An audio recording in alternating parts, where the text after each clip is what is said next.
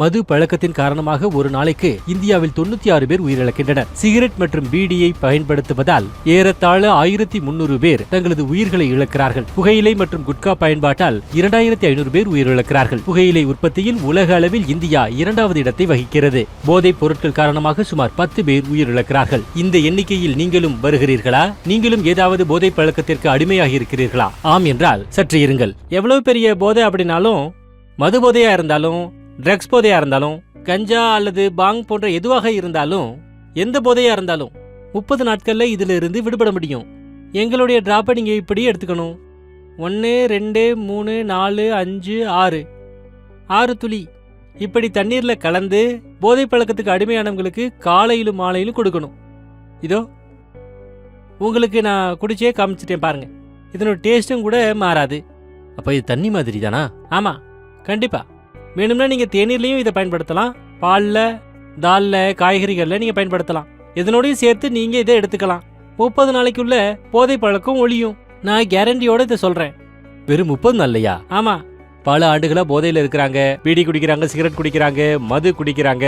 எங்க ஹரியானா பக்கம் பாத்தீங்கன்னா ரொம்ப பெரிய அளவுல போதை பழக்கம் இருக்குது. அந்த போதை பழக்கத்துல இருந்து விடுபட முடியுமா? ஆமா, கண்டிப்பா.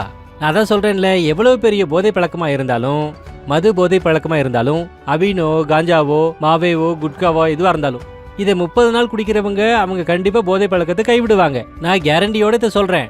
30 நாளைக்குள்ள அவங்க போதை பழக்கத்தை விடுவாங்க. அப்படியா? ஆமாங்க, பாருங்க, போதை பழக்கத்தை விடுவாங்க.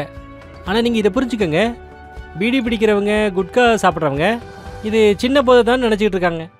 சின்ன போதையா இருந்தாலும் பெரிய போதையா இருந்தாலும் போதை தாங்க. திருட்டு சின்னதோ பெருசோ குணம்லாம் ஒன்று தாங்க.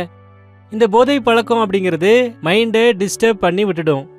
ஒவ்வொரு போதை பழக்கத்திற்கும் எங்ககிட்ட இந்த மருந்து இருக்குது.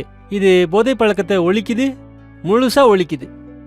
பாருங்க, 700-800 வருஷத்துக்கு முன்னாடி எங்க அப்பாவோட அப்பாவோட அப்பா நூற்றாண்டுகளுக்கு முன்பு ராஜா மகாராஜாக்களுக்கு இந்த மருந்து கொடுத்துட்டு இருந்தாங்க.